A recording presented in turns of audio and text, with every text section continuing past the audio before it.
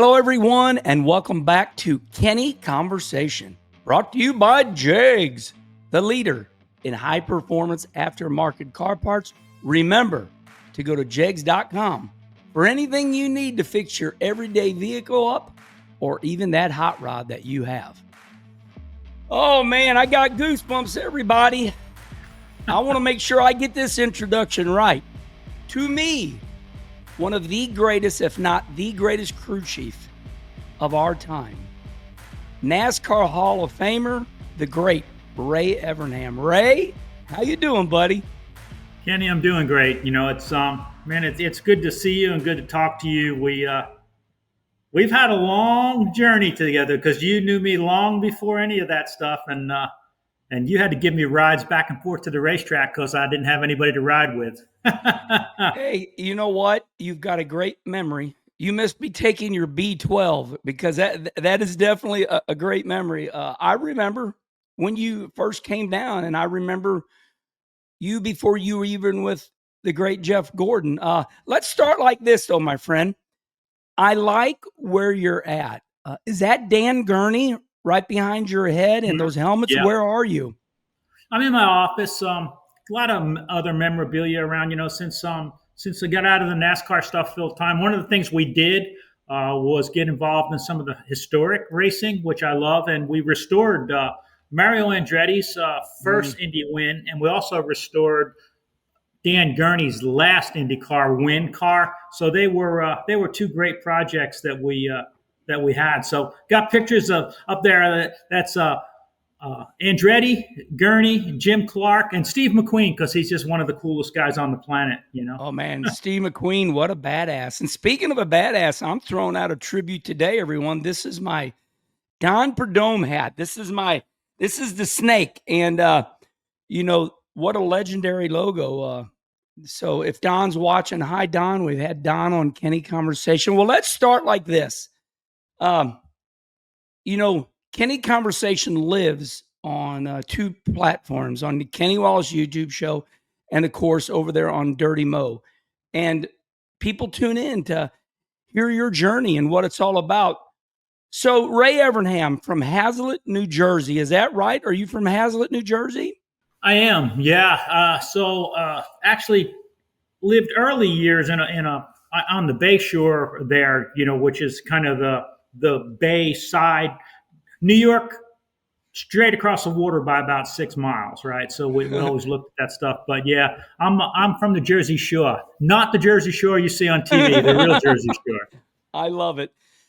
So all of us racers, we stick together. And I know that you were an asphalt mod racer. I know that is your home turf. And, you know, listen, we've all got memories, you know. I mean, I've done some wrecking in my life, and I can go back to 1991. You know, I had a championship won in the Busch Series against Bobby Labonte, and I had a bad wreck at Loudon going into 3, and I had a positional vertigo, and it was tough on me. So you were an asphalt modified racer, but you retired after a big wreck in 1991 at Flemington. Just take some time and explain to everybody. I mean, is that where it all started for you? Yeah, you know, it was a neat journey. It started all the way back to the asphalt modifieds. I ran, you know, it started like everybody else in street stocks and stuff like that in 1975. So 50 years ago, ran my first race. And then moved up. Always wanted to run the modifieds, and was very fortunate to have been able to race with guys like Richie Evans and Jeff Bodine and Jerry Cook. You know, ran around Wall Stadium. You know, really some of my heroes around there. And the modifieds, the asphalt modifieds, were always really, really cool for me. But 83 probably had the best year that I ever had in a modified, and got the opportunity to go to work for Roger Penske and Jay Signori at the International Race of Champions, IROC. And I became the IROC crew chief, and I also got to be one of the IROC test drivers. The whole reason for going, and Roger and I still kid about this today, was I wanted to drive Indy cars, and I wanted to drive Roger's Indy car. I never got a chance to do that, so Roger always kids me. He goes, "Hey, look, I probably saved your life." Well, you know, I always find it interesting. You know, all of us do the same. We all make our way down to Charlotte because that's where everybody wants to be. Everybody dreams of being NASCAR. So you were racing, and Mhm. when I go to North Carolina, I see a lot of great race car drivers that they're working on cup teams, but yet they're really good racers. And I look at them and like, oh my God, you're leading the championship in this series, but you work on my brother Rusty's cup team. So is what you're telling me, are you telling me you were a modified racer, and while you were a modified racer, your real job was IROC? Yeah. So, but I had to cut back my schedule, so I couldn't run for championships. And sometimes, we'd run a few races a year and still did really good. Then I left IROC in '89 and started the Cup team for Dick Johnson, so I could go back racing more. And we ran.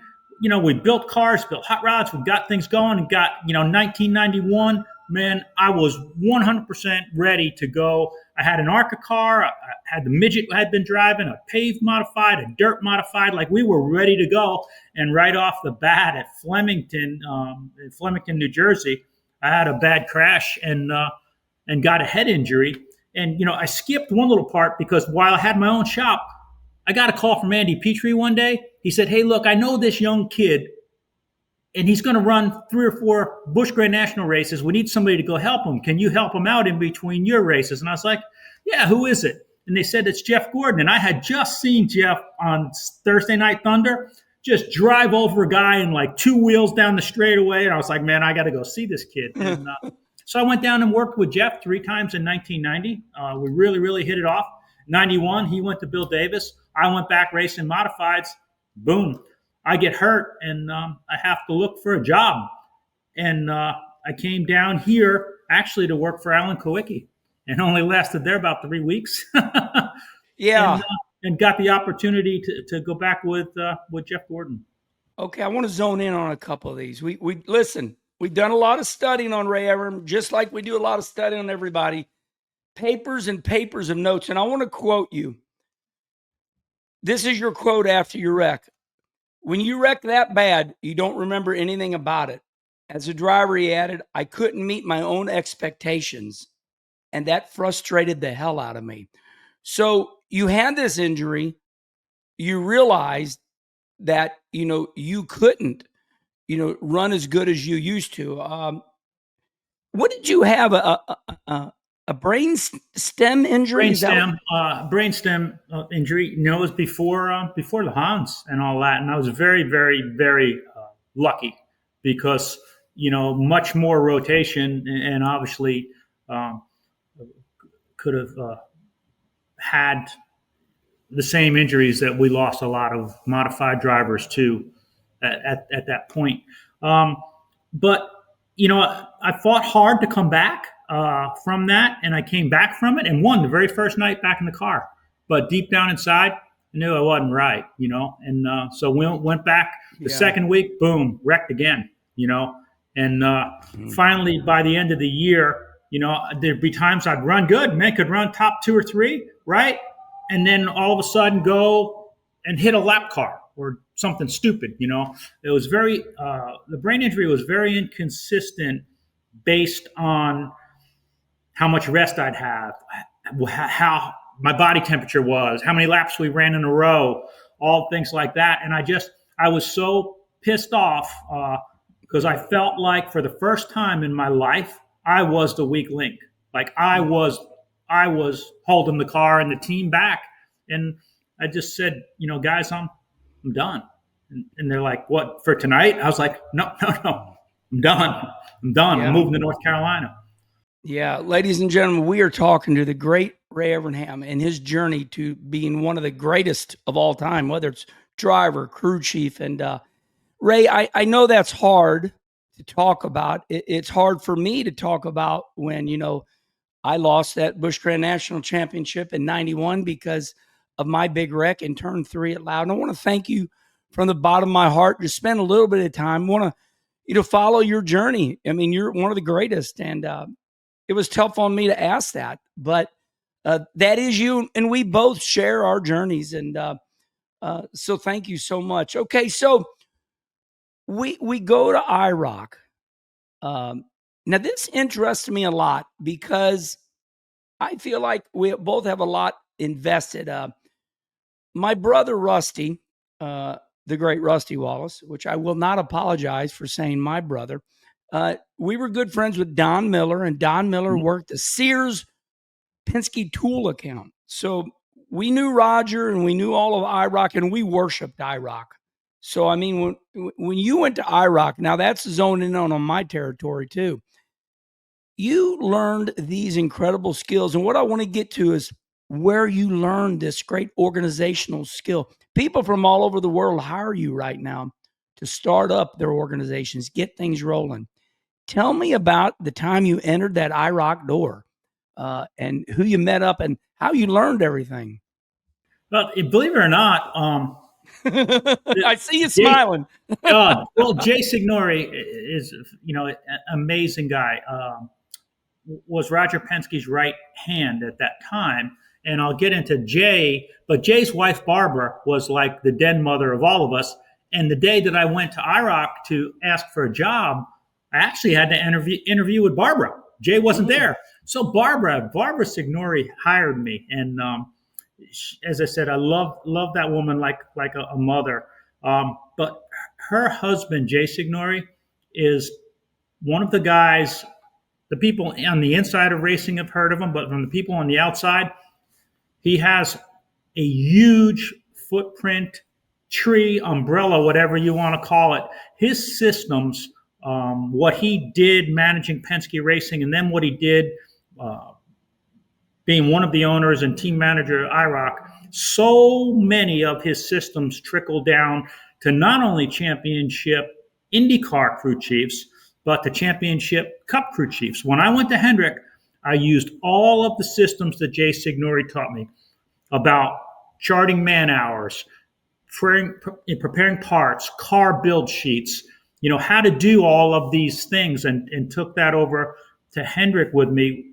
And that organizational stuff that Jay Signori taught me allowed us to do our regular job efficiently, right? We saved time doing our regular job, which left us more time to figure out how to make the car go faster and get better. So inside the Penske organization there, and I know that you've been in this with Rusty for a long time, that culture inside the Penske organization is different. And it is a winning culture. It's a continuous improvement culture. And it's very, it's military. It's like, look, these are here's the reporting structure, here's the rules, here's the responsibility, and it's about winning. And they have that unfair advantage saying, and then you people, Penske cheer, whatever. No.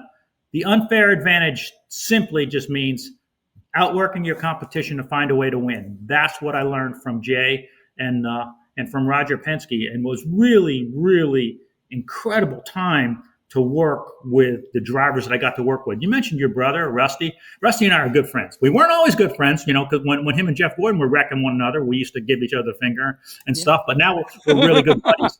And I talked to him one time, first time I ever worked with Rusty, first time I ever worked with him. We used to do a little bit of a different front end setting on the IROC cars because I didn't like the way the steering boxes had to go over center and they'd put a little dead spot. Now, I'm talking before power steering, right? So I'm really giving my age away. Yeah. So I used to put the toe in the left front versus the right front, which a lot of the Cup guys did. And that would stop them from having to turn the steering wheel over center. First time Rusty and I worked together. Very first time. He goes down the backstretch, Daytona, he comes around, he runs 3 or 4 laps, he comes in. I said, what do you think? He said, it's not bad. And he goes, I feel like this car's got a little bit of toe out in the left front. Blew me away. And I said, how do you know that? And he explained, he had an incredible feel for everything that was going on in the car. And when you get to work with 12 drivers a year like that, man, you can learn so much, because Roger Penske used to say, these championship drivers, they look out of a bigger windshield. And what he meant by that was they just see more in the picture than the guys that are average. And your brother's one of those guys, 100%. Dan, that makes me happy, because I can tell you where all that came from. That came from Bobby Allison. Bobby was great, but he was also a little crude being down there in Birmingham and only had access to so much. When we would do our bump steer, we would roll a toolbox up to the right front of the car because that was the only straight edge we had. Yeah. We drew the toolbox up to the right front, and of course, we'd start to run the right front through motion, and then we'd measure from behind the rotor to the toolbox to the front. But Bobby Allison, man, he was the epitome. Him and Mark Donahue of Penske, and we worshiped Bobby Allison, and yeah, I mean, it was that whole trio was Roger Penske, Bobby Allison, us, and they called us the Evil Gang because we were just a crazy group out of Missouri. But we won, baby. We won. Makes me happy.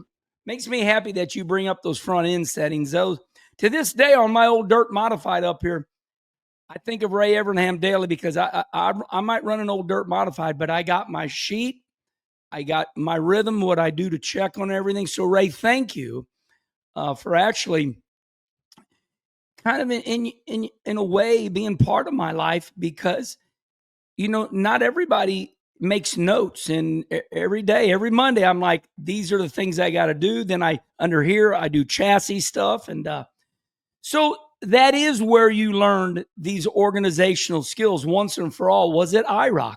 It was IROC, and really under Jay Signori and Roger Penske's umbrella, and being in that culture, being in that efficiency in the paperwork and planning and knowing, because again, doing your regular job more efficiently leaves you an extra bank of man hours or whatever to improve, to get better, to experiment. And, the efficiency and planning and organization absolutely 100% came from the Penske organization with Jay Signori. Okay, everybody. We have talked about Ray being a great race car driver, organizational skills, and now it's time to head south. Just like everybody, I'm going south, baby. I'm going NASCAR. So help me fill in the gaps here. You get down to, Dick Johnson, but then you get hurt. I got this neat little quote in here. You spent a little time with Alan Kulwicki.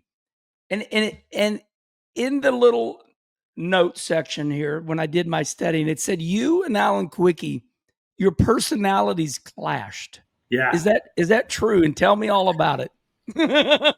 Alan was an incredible guy, and I want to start that. I had ultimate respect for his ability to think about a race car and to know. But our personality, me, you and I get along good because I'm open. I wear my feelings on my sleeve. I don't like being yelled at. I don't like being cussed at. I don't like being talked down to. And Alan and I did things differently, which is okay.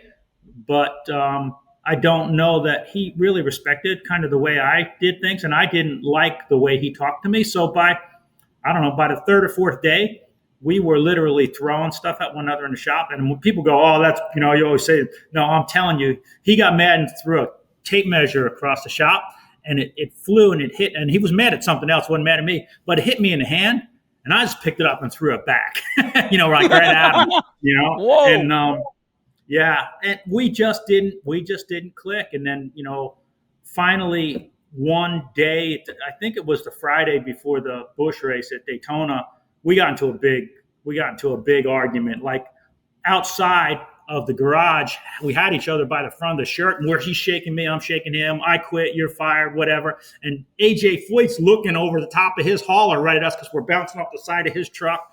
And that's it. I grabbed my stuff and I stormed out the gate, and I bumped straight into Preston Miller and Lee Morse from Ford. Wow. And they said, where are you going? I said, I'm going back to sell frozen yogurt in New Jersey. I'm be on the boardwalk, right? I don't know. So they put me over with Bill Davis. And I do want to stop and say, we just lost Phil Barkdahl yes, a couple weeks ago. And Steve Barkdahl and Phil Barkdahl took me in, gave me a place to stay, really took care of me, because they're the ones that put the first race car together for Jeff, and I helped them. But, when you look back and it said, you and I, gosh, we've known each other for going on 34 years, something like that. And there's a lot of people that help you along the way. And without Phil and Steve Barkdahl helping me out, I might have gone back to New Jersey. They took care of me for those few days that I was licking my wounds from having that fallout with Alan, and talked me into staying and going to Bill Davis's. So I want to stay right there just for a minute. I think because I'm 62 years old now, and I know you're 68, sometimes when we get down the road and we make it, we both made it to NASCAR. You made it to the epitome. You're a Hall of Famer. Sometimes we forget to look back at our journey. I just want to give you a shout out and an attaboy. Sometimes I have to get on my big brother, Rusty. I'm like, Rusty, John Childs, the man that started your career, wants a little love over here. Sometimes when we get big time, sometimes we forget about those people that were part of our stair steps. That's really nice of you. Well, anybody else, Ray? Yeah, it's the right thing to do. It's when you say anybody else got it, it's everybody. And I say this a lot. I don't remember all the names. I remember the faces of the hand up. Somebody taught you how to do something, or they did this, and I feel like when we get to this level, right? The only thing that we can say to those people is, thank you. You didn't waste your time on me. You didn't waste your money. I remember you, and I know I wouldn't be here if it wasn't for that one little thing that you gave me when I needed it, or that one little thing that you taught me. And a couple of weeks has been a tough couple of weeks, right? We lost Bill Davis. We lost Humpy Wheeler, like two guys that guided me through my early career. Steve Bird, a guy that I could go and see and have a with, and when I was learning the Busch Grand National stuff, and it's hard. So I sincerely appreciate all of the help that people gave me. I went back to Wall Stadium last year to see people, and I said, look, like y'all been with me the whole time. Like you were there in every victory lane. You were there at the Hall of Fame. You were there through the Gordon years, because I wouldn't be me if I didn't know you. And I said, you and I, hell, we battled for Rookie of the Year. We battled for wins, but again, we've always been friends. And your team used to cart me to the racetrack when I was working on the Baby Ruth #1, right? Yeah, and you were in the 36 car, right? Yep. And Cox, was it Cox then? Cox Treated Lumber. Cox Treated Lumber. And I would ride with your crew, and we'd race each other, and then I'd ride home with your crew. And I don't know if you remember, I forgot who it was I told, but I told somebody that is one of the greatest crew chiefs of all time. Because when I would talk to you, I understand chassis, but you never understand them, right? Because it's different, racetracks, banked, flat, everything. I knew at an early age that you were great. You just didn't know it yet. Let's start with this journey here. Okay, everybody, hold on, because now here we go. We are finally getting to Jeff Gordon. It took, oh my God, I look up, my clock says 24.00. I have a countdown clock, Ray, right here. So at 24, that's a great number. That's odd. I mean, that's unbelievable. At 24 minutes into the Ray Evernham interview, we are finally getting to Jeff Gordon. So you get done arguing with Alan Kulwicki. You storm out of the garage area. Lee Morris with Ford knew you were smart. He knew you were special. And he stops you. And he points you towards Bill Davis. Now, I want to say this, and I want you to lead me the rest of the way. Bill Davis just didn't know that much about you, didn't have time for you. So fill it all in now. How do you tell me about you, Bill Davis, and that Baby Ruth with Jeff Gordon? Bill knew he had a great one in Jeff Gordon, but their cars weren't running like they should. Had good motors, good cars, but really, straight up, the front ends just weren't right in those cars. And Ford paid me to go over there. So Ford paid me to and it was big money back then, $800 a week. That's survival money, man. I thought myself, I could stay on that. hell, I may not have to eat TV dinners every night, right? Roman noodles. Yeah, I lived in a one-room apartment, with a bed folded out of the wall, the old Murphy bed thing. So sent him over there, and I will tell you that some of the best times of my life were working on that Baby Ruth car with Bill Davis in that group, because Bill actually worked on the car. There was only 4 or 5 of us, and there were 1 or 2 guys in the engine shop, and I think there were myself and Dennis Adcock. Bill worked on the car. I think we had a guy in the body shop, but Dennis and I were the mechanics. And man, I went there the first time, and I said, well, what about this? What about that? And Bill said, look, you just do what you do, get him to drive the way he wants them. And I checked the front ends. You talk about bump steer and stuff, and they had never checked any of that. Yeah. So I built a whole center link. Back then we didn't have all the slugs. So I had to weld up holes, and I made this thing to, move it and put the taper in there and all that stuff. Welded up all that stuff, man. And Keith Simmons, the motor guy, he's looking, what's going on over this guy? Here I'm the first. I got their front end, and I'm just cutting everything up, welding, drilling holes and everything. We go, I guess, to Rockingham and sit on the pole, right? Yeah. Missed the race setup, finishing top 10. We go to Richmond, sit on the pole there. That's where I remember your right front A-frame. You had, you put a real long A-frame on that thing with a lot of spacers. And I understood you were trying to slow that camber curve down. But, oh, my God, this is like sticks in my head. Yes. Okay. Go ahead. Yeah, well, because he was saying, man, I'm loose in, tight off, loose in, tight off, loose in, tight off. And, I thought to myself, heck, the front apron was only that long. The camera was going woo, and so we slowed all that down. I'm a big believer in slowing suspension down, especially with a radial tire. Like the driver needs to drive the car. The car doesn't need to drive the driver. And when you got everything that moves too fast, the driver, you're reacting. So we sit on the pole, miss the race setup again, finish your top 10, but went good. So me and Keith Simmons, we weren't really getting along that good, because he was a motor guy and he kind of wanted to call the shots, and I didn't really care about calling the shots because I didn't want to be a crew chief. I'm a chassis guy, but I'm like, look, I know what I'm doing with this chassis. So you go in the motor room. So we fought a little bit. Bill Davis sends us. We're going to go test Atlanta. And we load up in the van. He makes me and Keith ride in the van with the crew, and he puts a case of beer in there in the van, right? Because the guy driving the van, he didn't drink anything. So we head to Atlanta with a case of beer. And by the time we got there, me and Keith had worked out a deal like, look, okay, you're going to do this, I'm going to do this, and we're just going to stay in our lanes. And we went down to Atlanta, and I did a couple things down there. I remember when they were like, oh, my God. One time, so Jeff comes in. He said, I'm loose. So I said, I'm going to go up 100 pounds on the rear springs. And they're like, you can't. Oh, my God, he's already loose. I was like, yeah, he's already loose because the car's going around. The spoiler ain't even in the air. We're going to stand that thing up. Man, he's loose for a couple laps. He takes off, and he goes. And we go down there. We win the race. We beat Mark and Earnhardt and win the Atlanta race, and that's when Mr. Hendrick saw him. But I'll never forget that, because Andy Petree called me up and he said, "Hey, what the heck did you do there?" So I told him, I said, "You're not gonna believe me, but I said that thing, and for a Busch car now, I said that thing had a 500 in the right rear." He's like, "What?"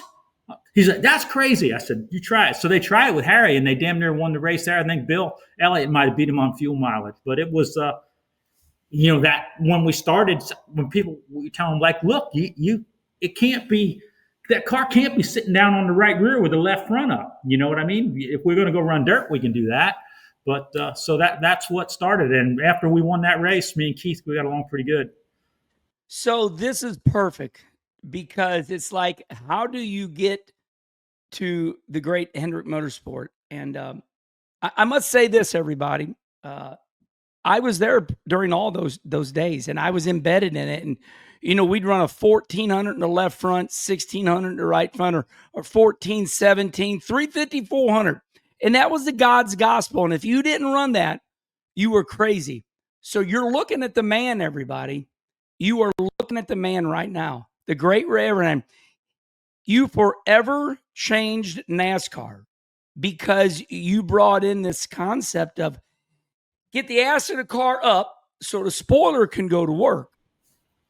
And in a suite that day was Rick Hendrick. And all right, now you did perfect. You've changed the sport. The crew chiefs are calling you.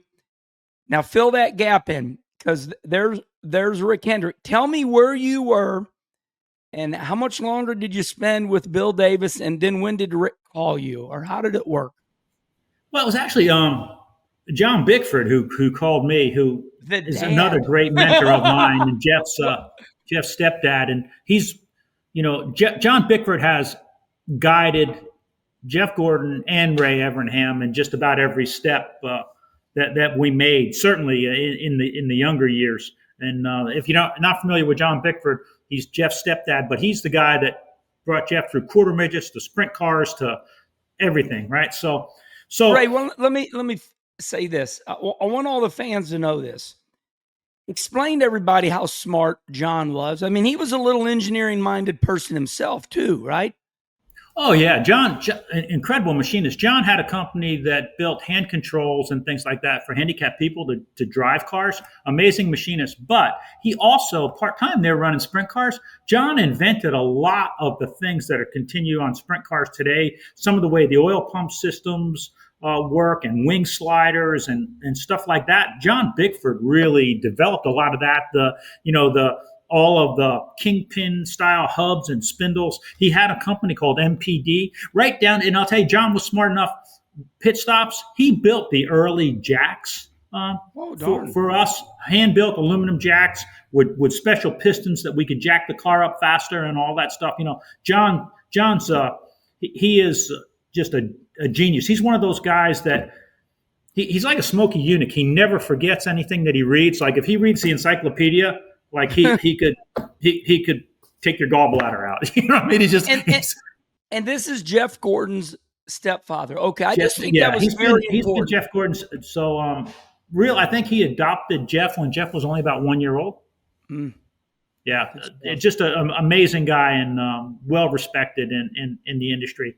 But so we're running good. We're sitting on poles. We hadn't won another race or whatever, but get a call from John, and John says, "Hey, Jeff's got an offer from Rick Hendrick." And Jeff had, I knew, quite honestly, and I don't want to get into who and what, but I knew Jeff had been offered stuff from other Cup guys. And I will tell you something about Jeff Gordon. And to this day, he's like a little brother to me, but loyal. He got offered a ride that had other famous crew chiefs involved. And he said, "Hey, I come, but I want to bring this guy Ray. We really get along good." And the other car owners told him that you don't get to pick your crew chief. We're going to put you with this guy here. And Jeff didn't go, but then he got offered the Hendrick deal. So I guess he went and met with Hendrick. And John Bickford calls me up and said, "Hey, we want you to go over to Hendrick and find out, why they're not winning as much as they're." So I have to go over there now. And I'm like, oh my God. You're fixing everybody. You're fixing Bill Davis. Now you're fixing Hendrick. Well, no, I'm thinking to myself, are you kidding me? This is Rick Hendrick. Oh my God. The Days of Thunder. And it's like, and Tim Richmond and, oh my God, what am I going to do? So I go over there, and Jim Johnson, not Jim Johnson, the driver, Jim Johnson, who was the manager then, he's probably not happy because he's got to take this guy around and show him everything. And I'm judging them, and I'm thinking to myself, this guy's, he's going to hate my guts. So we went around the whole complex, and the stuff I saw was amazing. It was incredible. It was like nothing that I had seen since I'd left Penske, right? And the tools, the equipment, just amazing. So I went back and I said to Jeff, I said, "Look, I have no idea why they're not winning, but I feel like it's because they're not using the stuff that Rick Hendrick is giving them. I said, I feel like with what's there, if we can't win there, we can't win anywhere, because everything that you could possibly ever need is there. They're just not using it.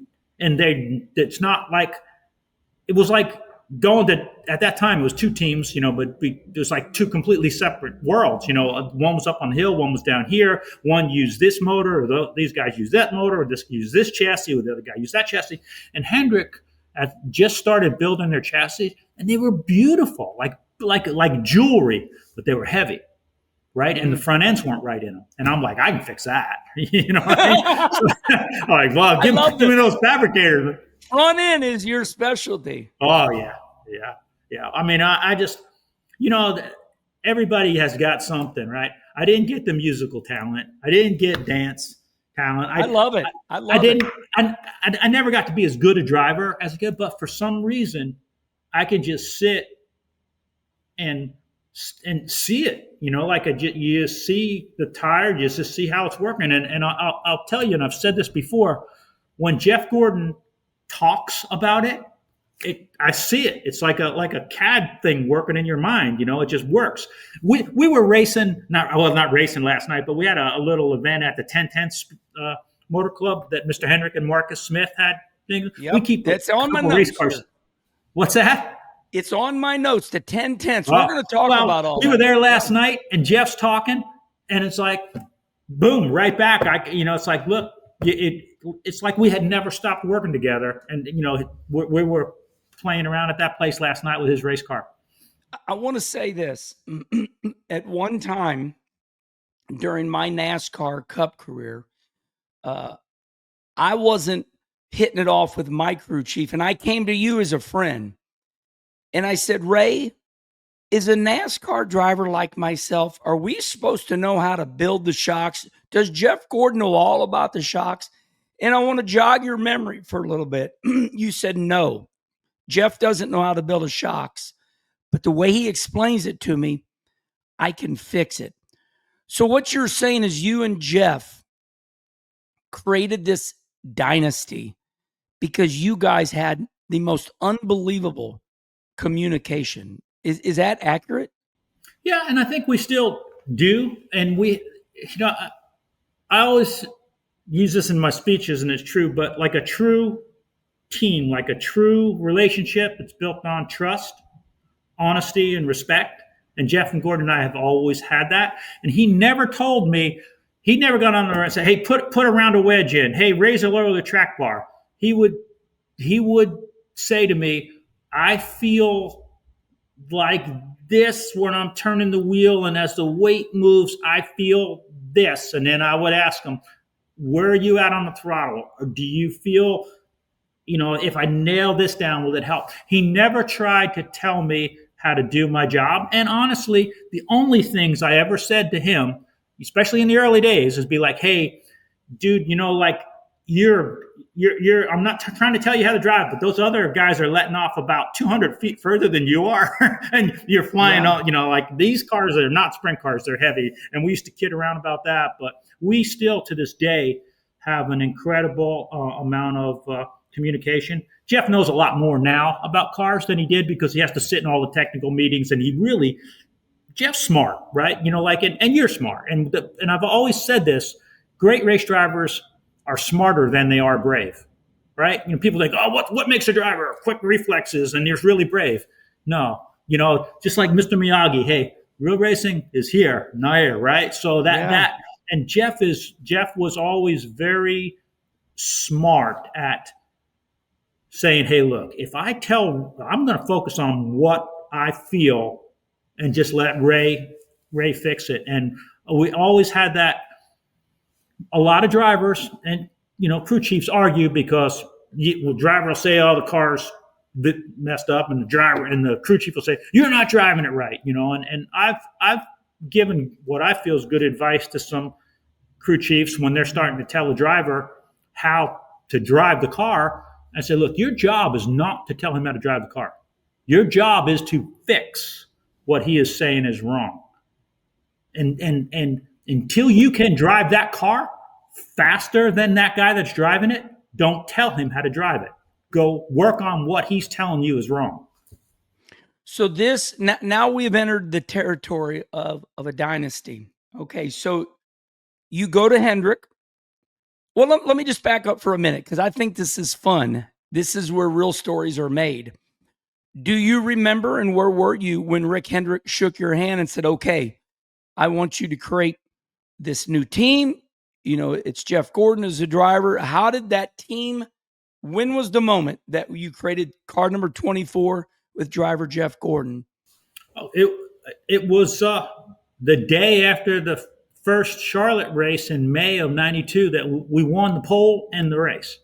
And I had to go meet then with Mr. Hendrick and knew all of this stuff was going on. And I will tell you, when you talk about dynasty, I look at, is me and Jeff, it's really me and Jeff and Rick. And because we'll get into a little bit more on why Rick Hendrick was so important. Because like I told you, I didn't get along with Alan, and everybody's got their stuff. Rick Hendrick has always been the type of person that gave me the confidence to do that. He believed in me so much, it made me believe in myself. So, and that'll lead me to the story of the day we met. He's like, oh, okay, this is Randy Dorton. He's going to build your motors. Randy will build what you want. Here's, I forget who was in charge of the chassis shop then. It might have been Gary Dehart. Say, hey, he's gonna build your cars, and this is Wayne Stemler. He writes the checks, and Jimmy Johnson manages, and here's how it goes, and and this is going to be your building. And it was a really cool building because all the stuff from the Days of Thunder deal was in there. It was really cool, right? I was like, oh, can I keep that stuff? They're like, no, we're gonna have an auction, right? So it was really cool. But I was like, well, cool. So I'm going to be the team manager and chassis guy, and I'll put this deal together, and I'll take care of the chassis. And I'm going to go and I'm going to try and hire Andy Petree to be the crew chief. And Rick's like, no. You said you're going to be the crew chief. I was like, no, I don't have any experience. I don't want to be the crew chief, And he said, well, Jeff wants you to be the crew chief. I said, Mr. Hendrick, I don't have any experience of being a crew chief. I'm a really good chassis guy, and I can manage this place. We should get like Andy Petree or somebody to be a crew chief. And he goes, well, you're going to be the crew chief. He said, that's the only job I got. Take it or leave it. And he saw something in me and in Jeff that he let us fumble around for the first year. We fumbled around, we came close to winning. We won the 125 and we came close to winning, but he was very patient. And he also stood behind me when I wanted to do things different, because you got to remember, Harry Hyde was there and Gary and, Ken House, who was always a pretty open-minded guy, but there were a lot of people there going, that won't work. You can't do that. We've always done it this way. And I'm doing things different, like way different than they. No more 350, 400 in the rear, huh? No, and no more, and like say talking about, hey, well, that's plus or minus an eighth. Yeah, that ain't good enough for me. We're going to make it plus and minus 0. That's impossible. When you weld it, it's going to whatever, right? So, on the way I wanted my cars built, and then I would go up there and argue. Me and Eddie Dickerson almost got in so many fist fights up there, because, and then finally, and Rick supported me. Like when he comes in there one day and sees us doing all that crazy pit crew stuff, and he says, what are you doing? I said, I don't want to make the mechanics do it. I said, I'm working them guys 16 hours a day. I want to have a separate pit crew. He's like, what? And when he got it, he supported Jeff and I to become Jeff and I, right? Like he allowed us to do things differently than his company was doing. And, by the time we got done, I felt like by 95, 96, the Hendrick cars, we were so far ahead of everybody else with our cars, with our aero program, like engine program. And it all came down to engineering. And the first engineer that we hired, 1992, and I believe he was the first engineer hired at Hendrick Motorsports, was Brian Weitzel. And he's still there. And he had to drive the truck for a year because we couldn't hire an engineer. So he was a truck driver, but he was our engineer. And then, man, they hired, Steve Levitt came in, and Don Letarte came in, and Rex Stump came in, and Gary Aker came in. And all of a sudden, Hendrick was that juggernaut, still are. Our cars were I don't know. Do you remember that time that Gary Nelson got mad at me and they took 24 car apart in the bay at Michigan? So I want to tell everybody this. Hang on, everybody. We are going to get to T-Rex because I told somebody yesterday. I said my son-in-law Brody Pompey is an incredible engineer. He builds outlaw carts right here out of my shop. He goes, "Oh, when you talk to Ray Evernham, make sure you talk about T-Rex." I said, "We will, and we're going to get there, everybody." But I want to go back a little bit because you did create this incredible minds of geniuses. You had all these smart people in there, but Andy Petree is what I really zone in on. You know, you could say now, Andy's going to watch this. I love Andy Petree. I drove for Andy. He gave me some of the greatest runs of my life. Earnhardt and myself, first and second at Talladega. But I love Andy. And Andy is a strange character because he's up in the mountains there. You could say, oh, he's country. He's a country boy.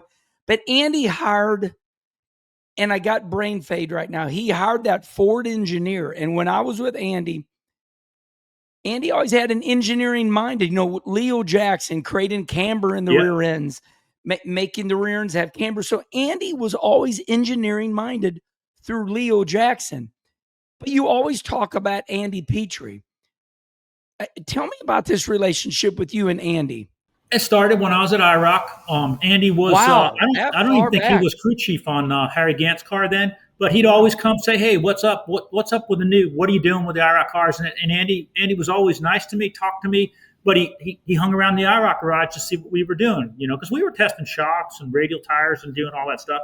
And we just got to be friends. And I like Andy, you know, and you know, he's no bull like you. Well, and he thinks like it's just not enough to race. He races to win, right? And he's always, you know, trying to find a way. And he put Jeff Gordon and I together. When he called and said, "Hey, Phil Barkdahl and Steve Barkdahl are going to do this deal. Will you come help these guys?" So, you know, if Andy hadn't made that phone call, Jeff and I wouldn't be together, and all this wouldn't happen. And when Andy and I got to be racing, I would go, Andy Petree, Tony Glover, Jimmy Fennick, Robin Pemberton. We were like, we hung out, and those guys helped me so much. And I can tell you, and we've talked about this on the Dale Jr. podcast, Andy's running the 3 car, I'm running the 24 car, and we got our own channel, right? The Andy and Ray channel, and we're strategizing to get both our cars in position. Then we let Earnhardt and Jeff fight it out.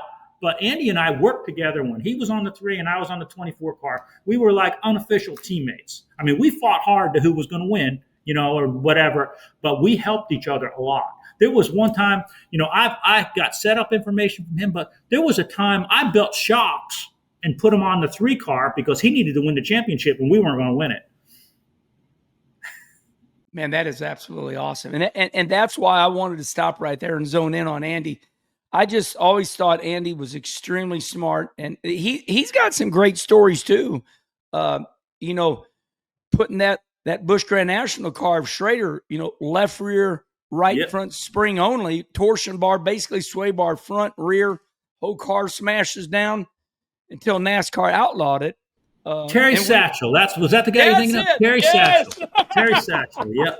That's who I'm talking. I would tell Terry.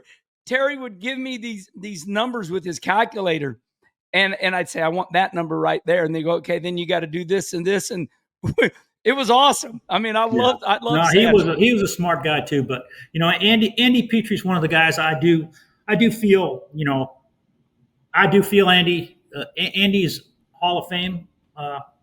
Oh yeah, in my opinion. So hopefully, you know, one day he gets in there too. You know, there's some of the smartest people, in my opinion, some of the smartest people in the freaking world, right? Mechanically or common sense wise, are in that Cup garage area, or at least they were when with the people that I grew up around. You know, when you talked about Leo Jackson before, amazing. That guy was amazing. Amazing, right? Leo Jackson was everybody. Let's remind everybody, Ray. Leo Jackson was the one that made it to where we could put camber in the rear ends, and of course the drive plates were, you know, radiused, and the axles that I run in my old dirt car right now, which are strange axles, is what they're called. They're beautiful axles, but the splines are radius to this day because of Leo Jackson's original engineering. Because those radial tires, they needed camber. But okay, wow, there we are, Ray. We're starting to talk racing. We got to get back to the interview. I love it. Okay, so you create this dynasty and you go to Rick Hendrick, 47 wins with Jeff Gordon, 3 championships, 1995, 97, 98. You know, I got goosebumps right now, Ray, because when I'm reading off those 47 wins, 3 championships, I think of you and Jeff at the Waldorf Astoria in New York, and, you know, Earnhardt raising the glass of milk up because Jeff's too young to drink. And just for a moment, when you look back, do you ever lay in bed and just for a moment, just dream of those glorious days, or were you too intense? Do you remember those glorious days? You know, that's a really good question, because that's something that I do remember. I do think about certain parts of it now, but when you're in the hunt, you know, the championships, you remember some of them, you know, like I remember the first championship a lot. I don't really remember 97 and 98 a bunch, those celebrations. I remember certain races, and then, but I do remember certain races standing in victory lane and talking to, you know, Ed Guzzo or Brian Weitzel. We're winning. We won, right? And I'm like, man, we better get our together because we almost got beat this week. You know what I mean? Did you see so-and-so? If he hadn't have messed up in the pits, we weren't going to win this race. You know, thinking about stuff like that. And you know, but, you know, the thing I will never forget is being able to stand on the stage at Waldorf. You know, and I was a big Bill France fan. And, you know, thank you, Mr. France. Looking up, seeing all of our guys up there in the balcony. And at that time, they played Somewhere Under the Rainbow and whatever, or Over the Rainbow. And I just remember thinking, okay, man, if I get hit by a meteorite right now, it's been enough. It's good. Wow. Like I'm good. It's like everything that you've ever wanted. And, you know, so I remember a lot more about the 95 championship than I do the rest of them. So this is my opinion.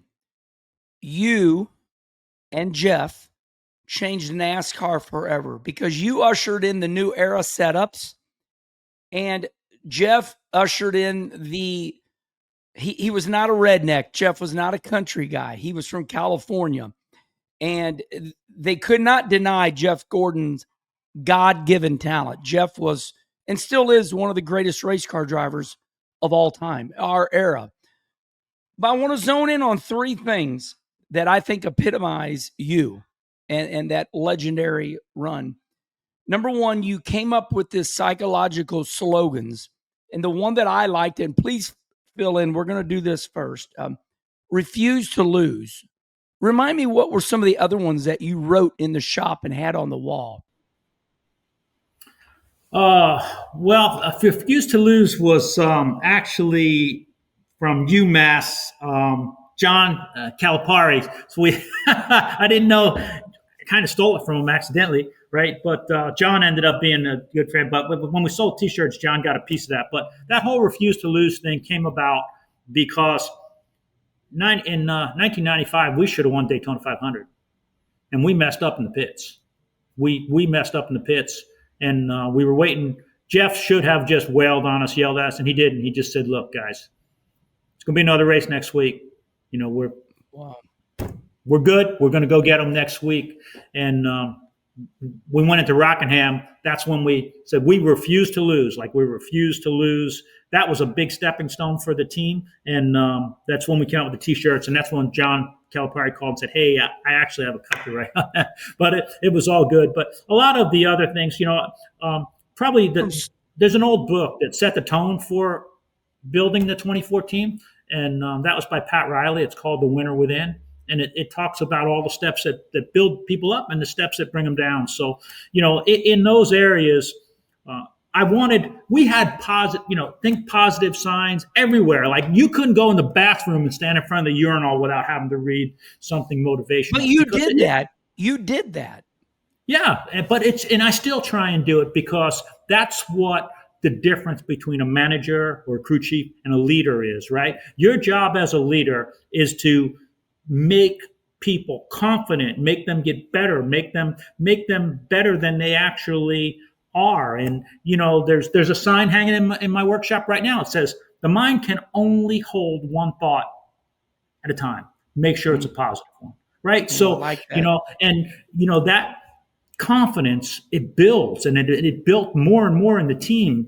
And as I said, we got a lot of leeway to do things because Rick Hendrick believed in us so much, and then it started to catch on to the rest of motorsports, and that realizing that you've got to have that leader that's positive. People have got to know.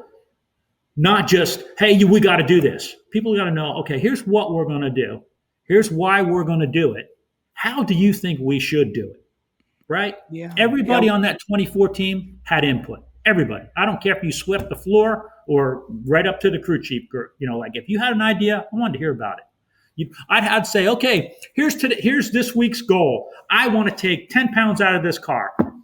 Put your ideas in that jar right there, and then we're going to all discuss them in the next meeting. That's awesome. And everybody said, well, we can do this, we can do that. And you got that car. Now, there was another one that escapes my mind, and it might escape your mind too. It's been a long time ago. You had another phrase, something like, from upstart to contender. Yeah. That one, you made these things famous, throughout America, if not the world. That's another I stole from a basketball guy. That's the one that was in Pat. That's in Pat Riley's book. Thank God Pat and I have become friends now too. But Pat Riley, great leader. Pat Riley, one of the greatest coaches, greatest leaders, manager in all of sports, not just basketball. Like he figured out how to get those guys motivated. Amazing guy. So in his book, he had a checklist for building a championship team. From nobody to upstart. So in 93, we were a bunch of nobodies that started a team. We gave ourselves a check mark. So in 94, we damn near won the Coke 600, finished second to Dale Earnhardt. 94, contender, or I'm sorry, back to, again, to 93. Contender, or from no upstart to contender, that was 93. 94, we come back and win the Coke 600 from contender to winner. 95, winner to champion, boom, we win the championship. And then it was from champion to dynasty. And we never put that check mark in. We left that, again, but when you look at the again, Hall of Fames and things like that. And I still have that checklist here. It hangs in my current shop. But, that's the stuff that when you talked about 47 wins, those 47 wins were Jeff and I only had 216 starts. We had 105 top five finishes. 216 starts. We won 47 races, and we woulda, shoulda, coulda. We won 95. We lost 96 by a few points to Terry, but Hendrick. So that influence was at Hendrick, right? And we're really proud that we were able to give Rick Hendrick his first championship. But then we won 97, and then 98, we blew it out. We tied Richard Petty's record for wins in modern day, and but it was incredible times. And I really want to make sure that I say enough about Hendrick Motorsports, because Hendrick Motorsports now has won, I don't even know how many championships, right? 11. They're in my opinion, look, Rick is a legend. Rick Hendrick is bigger than big. However, it is a house that you built. That is my opinion. Okay? I helped put the walls up, but I didn't build it. It is the house that you built, no doubt in my mind. Okay, you said something, and I want to zone in on it. I keep reminding everybody everything that you started. Brother Rusty was going to win that Coke 600. He was gone. Yeah. And you were the first one in those days. You said right sides only, 2 tires. That was unheard of. And you did it. And the car went faster. Poor Rusty. And again, Rusty and I get along. We have had so much fun. But All 3 times we won the Coke 600, Rusty was second. I never realized he, that. He reminds me of that. And he reminds me about Indy with Bill too. But, and what was funny, the last time we won with Jeff in 98, Rusty's leading again. He comes in, he's like, I'm not getting it. They take 2. We took 4. Ended up, yeah. So, but yeah, that was our first win on 2 tires. But we had tested that during the week. Remember, you go into Charlotte on Wednesday and you just run and run and run. And we tested how far we could go on 2 tires and really not lose speed. That was impressive. I want to make sure everybody, I'm doing my best, everyone. I'm doing my best. So he's created this dynasty. He changed the sport forever with stiff rear springs. The slogans, you got to remember, NASCAR was a little redneck back in those days. I'm the one that said this. And here comes Ray and Jeff, both of them from different parts of the United States. Ray Evernham from the Northeast, and you were a Yankee, and nobody liked Yankees.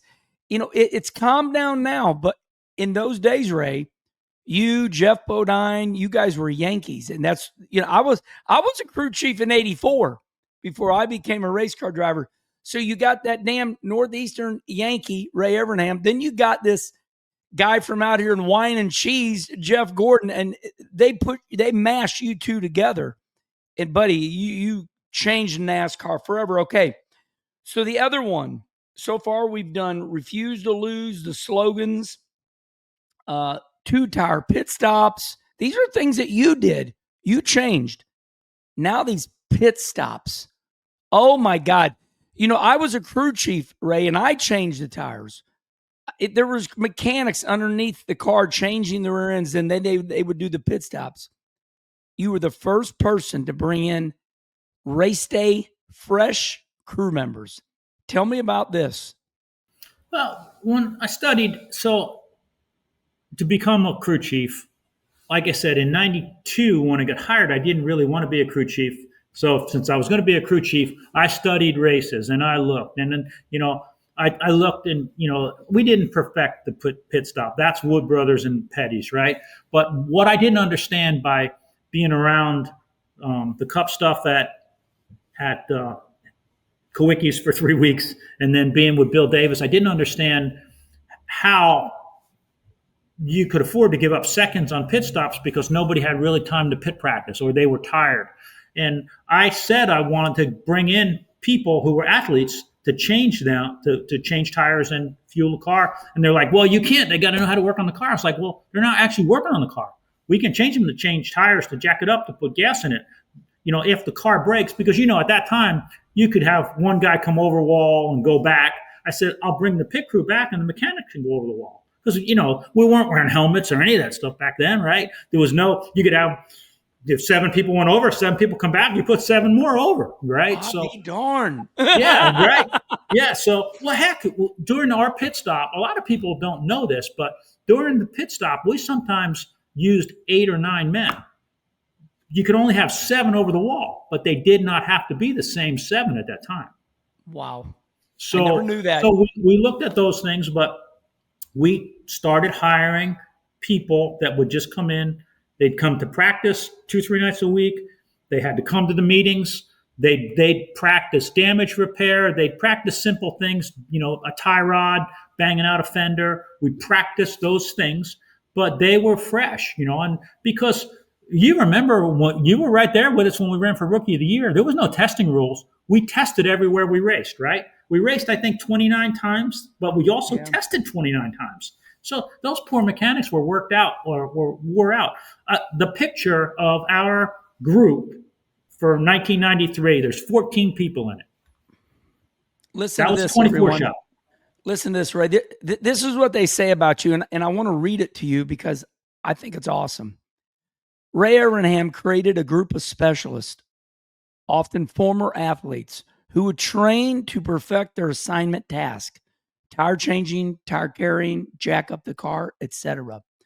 Much like professional sports teams, Ray Evernham incorporated choreography, put his crew members through strength and agility training, and Ray analyzed pit stops on film between races to point out spots where his crew excelled or could improve. Ray Evernham's methods led to the car spending less time in the pits, gaining spots on a racetrack.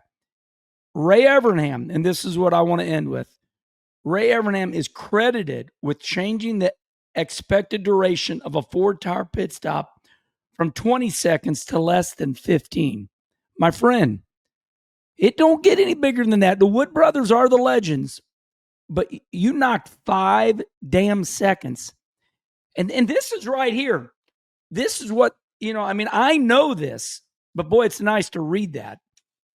Talk about that. It makes me feel good. You want to, there are things I want to make sure I left the sport in a positive manner. Some of the safety things that we did and I'm proud of. But talking about pit stops, I've always looked at as a crew chief as like a head coach of a footballer team, right? You've got your defensemen and your quarterback coaches and whatever, and offense, defense. That one of my coaching team was a guy named Andy Petree, who worked hand in hand with me on all of that crew stuff.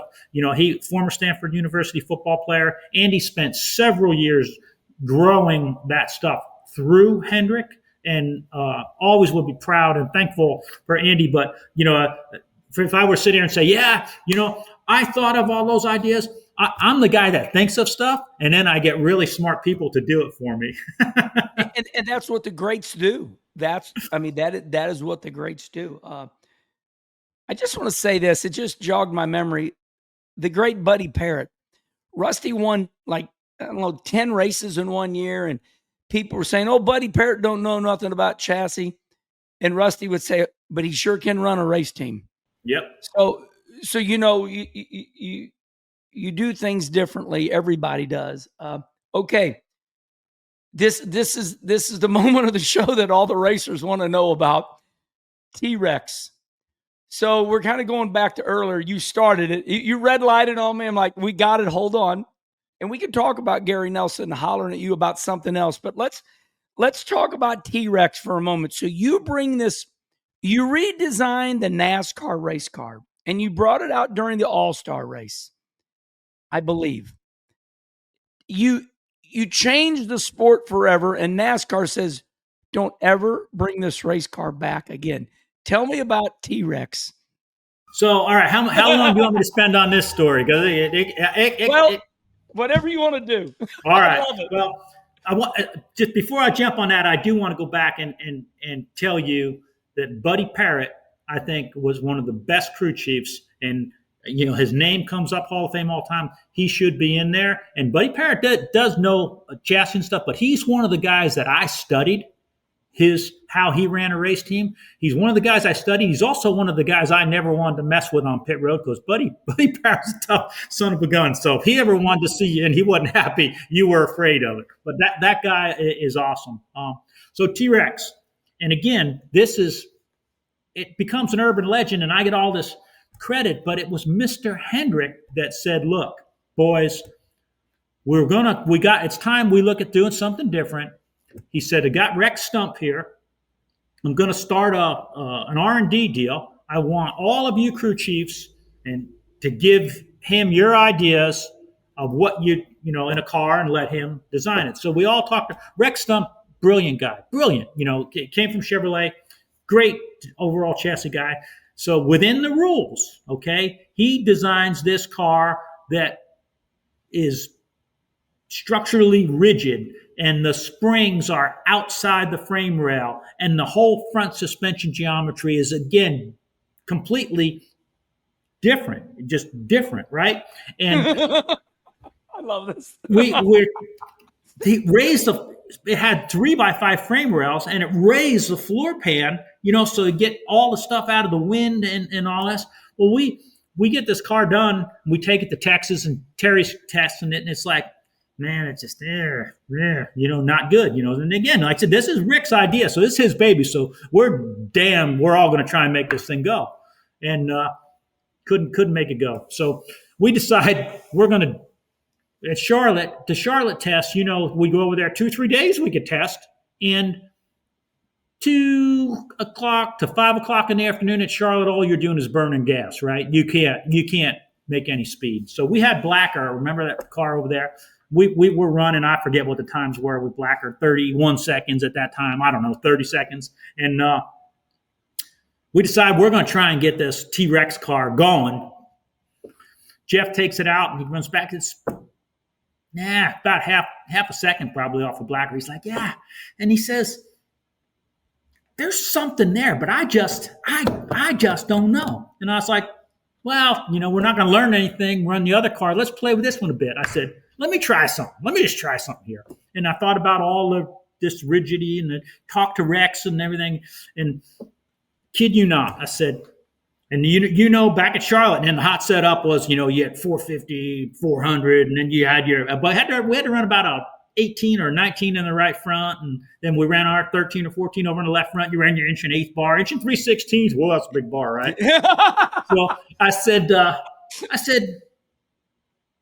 put a pair of 450s in the back of this thing and equal up the front springs. They're like, what? I said, put equal spring. They said, what do you want to put in? I said, I don't know. Put a pair of 16s in the front of it. Yeah. And said, give me the biggest bar we got. Oh my God, 1.25 bar. It's had rust on it. It had been in the truck, the whole time. Yeah. Right? So we put that stuff in there. And, Jeff was a guy who I used to run his cars flat. Jeff very rarely ran any more than 49.5% diagonal ever. Right. He was not. So I look at this thing and I was like, yeah, shit, so we screw around, we move some weight around and I can't remember if we shot getting the left side wheels equal, but I ended up with about 51% wedge, equal front springs, equal back springs. He goes out.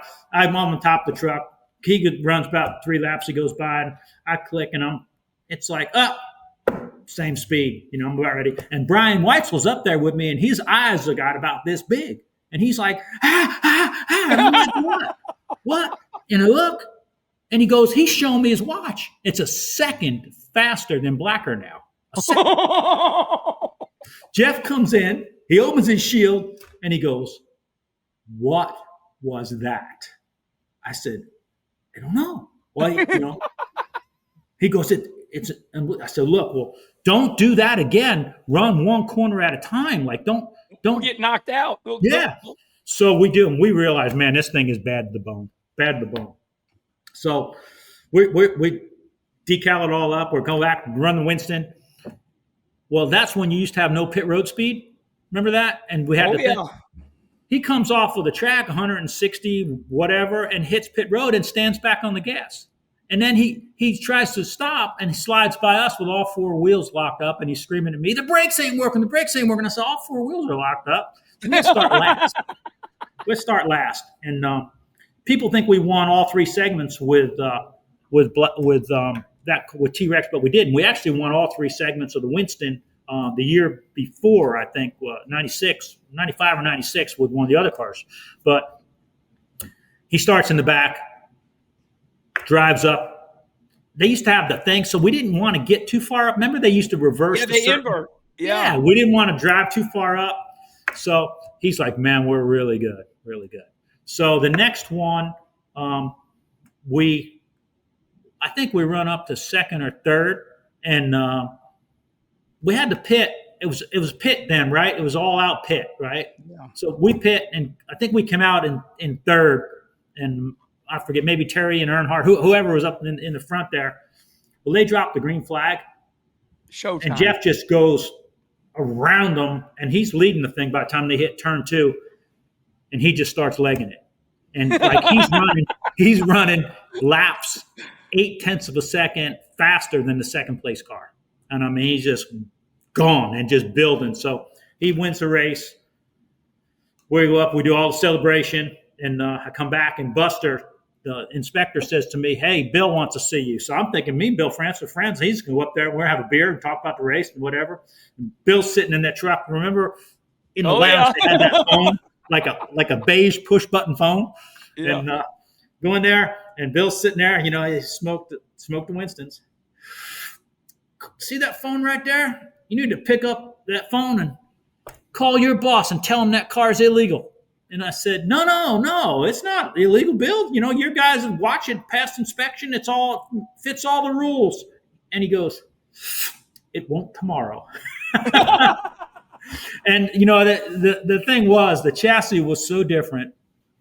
You know, when we dropped the nose of that thing and flattened it all out, with the floor pan raised, underbody aerodynamics, man, that thing it was like sucked to the ground. It was so fast in traffic because it wasn't really relying on just a spoiler or the air dam. It created that vacuum underneath of it. It was badass. But that was it. So that was the end of T-Rex. Well, I got to go back just for a minute. This is the racer in me. What made you during that midday test? Because yes, you're right. It'd be 100 degrees and you're just doing nothing, you know, at Charlotte. We tested forever. What made you pick those springs? Did you calculate that? Did you and any engineer calculate that? Or did you just choose that out of your head? I kind of choose out of my head because I've always had this theory, and it's going to sound crazy. Do you remember a guy named Duke Southard? No, I don't. No. Big old racer out of Florida. I think he ran New Smyrna a bunch and everything, but he had this suspension book, you know, but he always had this theory about front springs, split springs, you know, and when car transfers weight, you know, if you've got let's say you got a 1,500 pound spring over here and a 2,000 pound spring over here, you know, when that car rolls and transfer the weight, well, it's not going to push down that stiff spring as much as that other spring's going to come up. So the front of your car is going to be higher in the air, you know. And I was like, well, this thing's stiffer, and you know, maybe we just need to use the left front and make this thing square. Going back to my modified days and thinking about all that split spring stuff, and it just took off. Now, what I wasn't counting on was that underbody aerodynamic deal, like that. Yeah. It put the car at a platform where it stayed flat, and when it stayed flat and didn't let the air under the nose and everything, it just when it shut that air coming in, it still had to suck it out the back, you know, because we had the quarter pounds and stuff up, and so it was like you know, it was like ground effects almost. So do you think that in our early days that our right front frame flexed so much that the right front area came up that we had to make up with it with a stiff spring? And now that you had this quality metal rigid, that's what you're saying. So the 1,900 pound right front days that was to make up for the flex. Is that what you're saying? Yeah, I think that was some of it. And then as the tires got better, you know, the radial tires and things got better. And then we also found out, remember the old KNC rigs and stuff? When we saw what was happening to our front end, everybody holy crap, like the center links and the tie rods and the steering arms and all that stuff was just bending and flexing. The more we took that stuff out of there, the softer we could run those cars. Now, I mean, I don't know what they run, you know, in the front of those cars. Now there's still a ton of force at places like Charlotte's got the same force, you know, the wheel force transducer deal at that time, same force at Charlotte than center corner at Daytona, right? So a lot of force there, but you know, they're you know, when they got into the bump stops and all that stuff, it was crazy. I'm gonna tell you straight up, 1999, when Daytona 500 with a car that had like a 200 pound left front spring in it, basically had no left front spring, just sat on a bump stop all the way around. That is so badass. Yeah. I'm sorry, everybody, that we got into this, but this is my jam. I might be crazy, but the best are, and Ray Evernham's a little off center too. So yeah, us chassis, us chassis guys, we love that type of talk, and I'm hoping that all of you racers. That was for my son-in-law Brody Pompey. That I had it wrote down, and I showed him my notes. I said, "T-Rex is right here, buddy." Wow.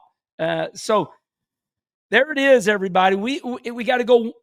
Ray, I'm so sorry. Can you stay a little longer? Yeah, I'm good. I'm good.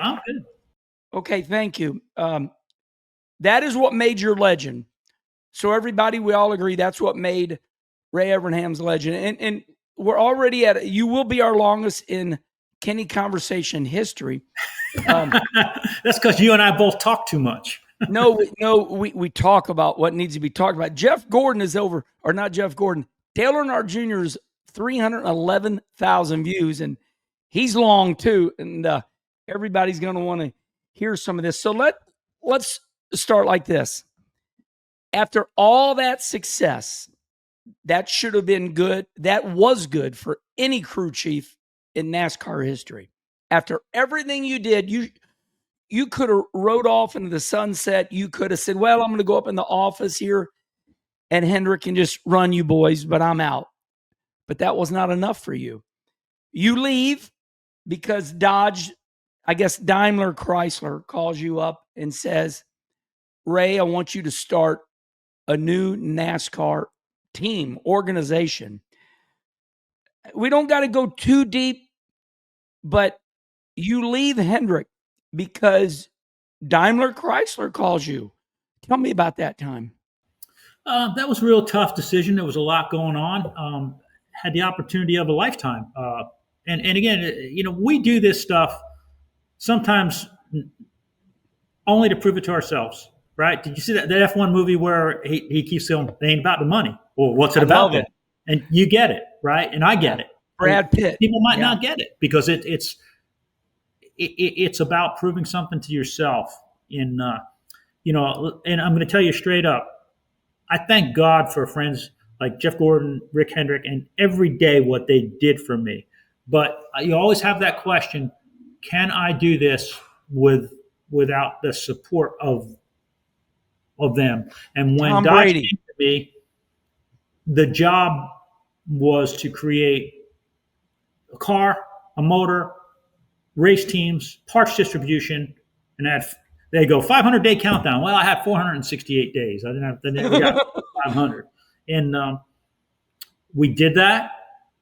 We won in our first year. We ended up winning at the Brickyard. We put drivers in the top 10 for 3 out of my 6 years. It was an incredible experience. And I just needed to know, there's 2 things I've done in my life that people consider a little crazy. I did that because I needed to know if I could do it. And I ran Pikes Peak to see if I really was as smart as I thought I was, But that deal, everything that you do in life should shape you. We should evolve. We're not the same people we were 30 years ago. And to evolve, you have to change, and you have to do things, and you have to do things that test you.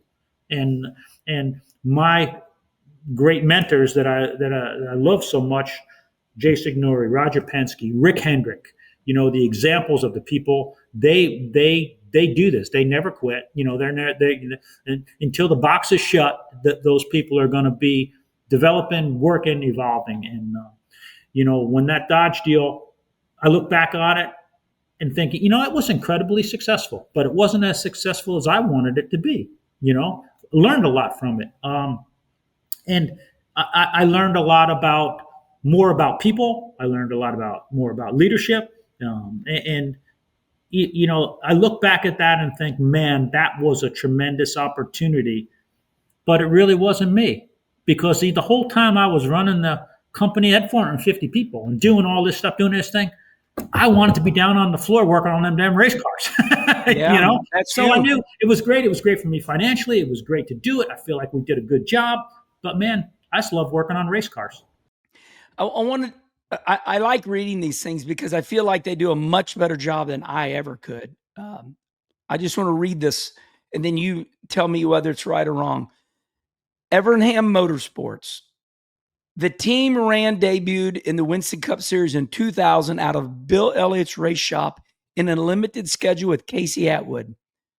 Evernham was also tabbed by Daimler Chrysler to bring Dodge back into prominence in NASCAR's Elite Racing Series, leading the development of the Intrepid RT race car that debuted in 2001. The team operated with direct factory backing and sponsorship. It goes on. Is that the way you remember it? Yeah, definitely. Again, remember, we set our stuff was really far ahead.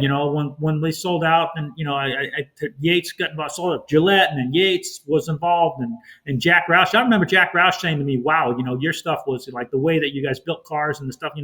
We were into robotics and things like that." What I feel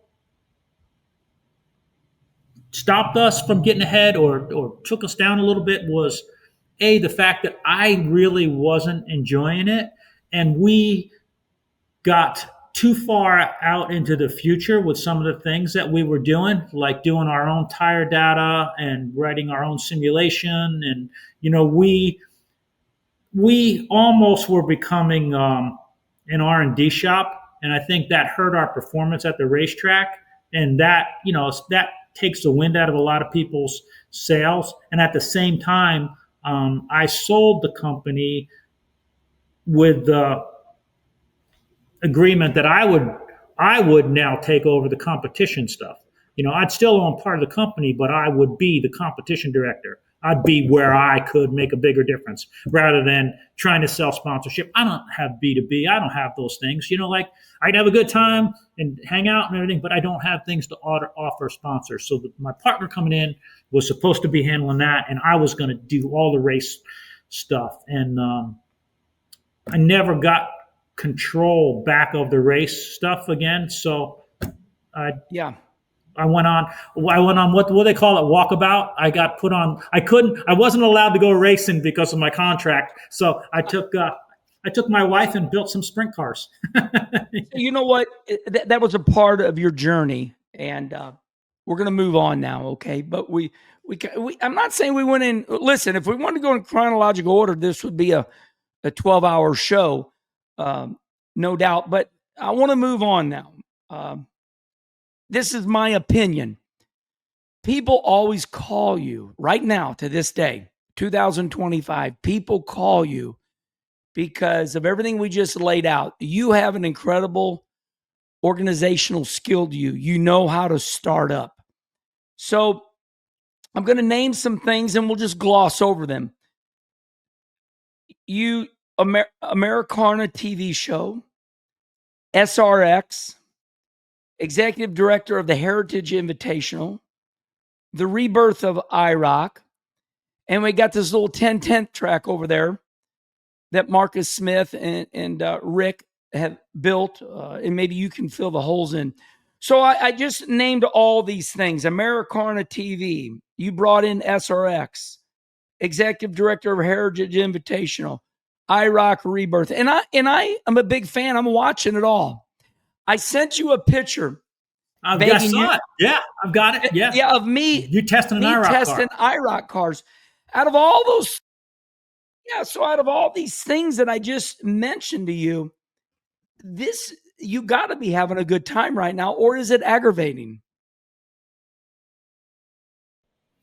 Well, it's like everything else. Some days are aggravating, but where I'm at in my life right now, Americana TV, it's on hiatus because TV is tough. I don't have to tell you that. We enjoyed it. We found cars and had incredible people, so really, really enjoyed that. I loved doing ESPN when I did the ESPN stuff. That was awesome. Like I love ESPN. Love the people I work with. Work with your brother. Loved it, and if ESPN came back, I'd go right back there tomorrow. Love doing the live race TV stuff. With the Heritage, which is what Rick Hendrick and Marcus Smith are trying to grow here, is a Pebble Beach-ish type car week here in Charlotte. They built a beautiful facility called 10/10 Raceway with a beautiful clubhouse, and a lot of car manufacturers have been over there, Porsche, Ferrari.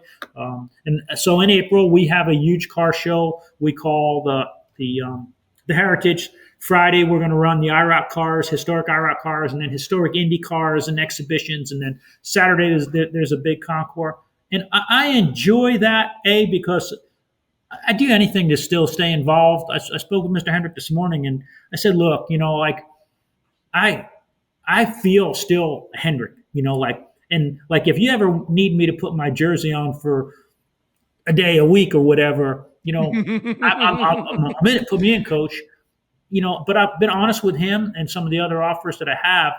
I'm not the guy. I'm not 7 days a week, 24 hours a day forever now. I do that. I can do that 3 months, 6 months. I did it with the IROC project, but in life, as you know, people change, and you lose people that as you get older. And I've got a 10-year-old girl now, and I don't want to miss as much of her life as I missed of my son's. My son and I've got a great relationship now. He's doing great. His mom passed away, and I'm like, sorry look, about that, Ray. I need to be available. You know what I mean? Yeah. And I can't be available if I take on a job that needs me all the time. So I take on things that I can control some of the schedule for, and that works good for me. And I love still being around the people that I started with. I do, and it's part of life. But I do now, as I said, want to do's versus have to do's, because I enjoy working with the people more than anything. I want to say this about you. We all are our own worst enemies. I read this great story about Bjorn Borg, the great tennis player, and O'Connor.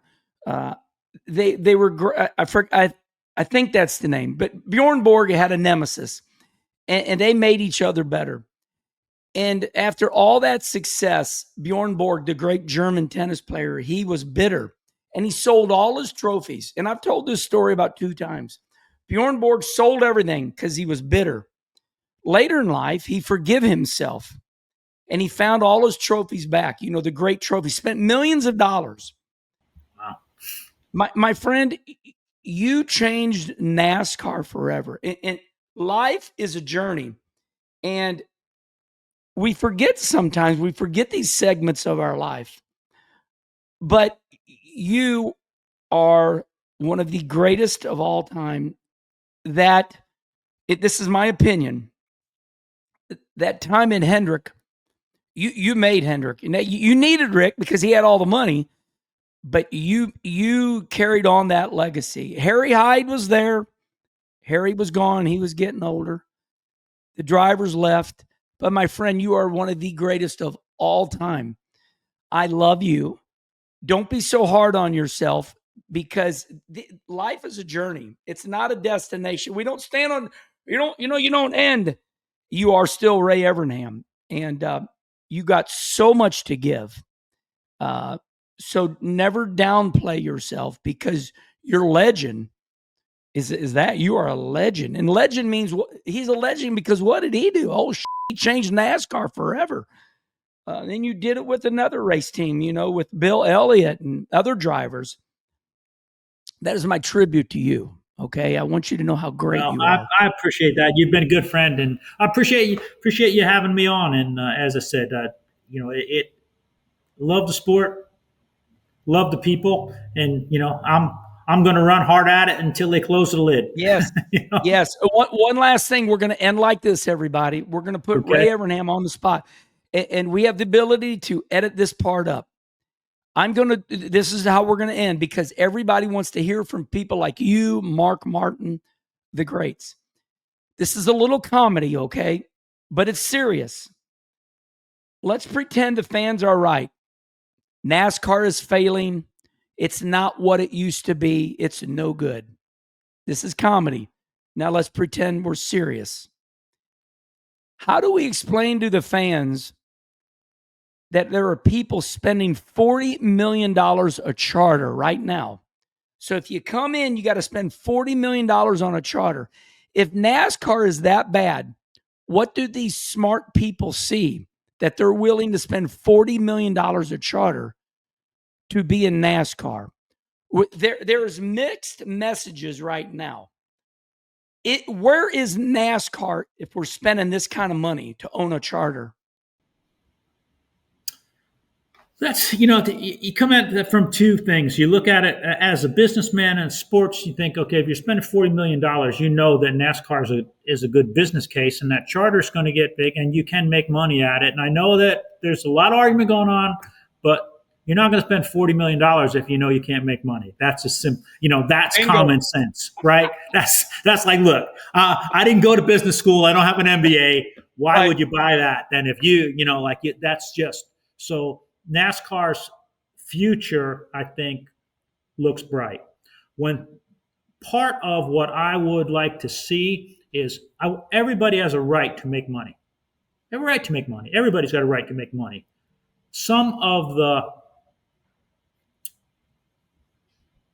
I'd like to see more of the DNA, like, why did you race? Why did I race? Just like we talked about the F1 movie.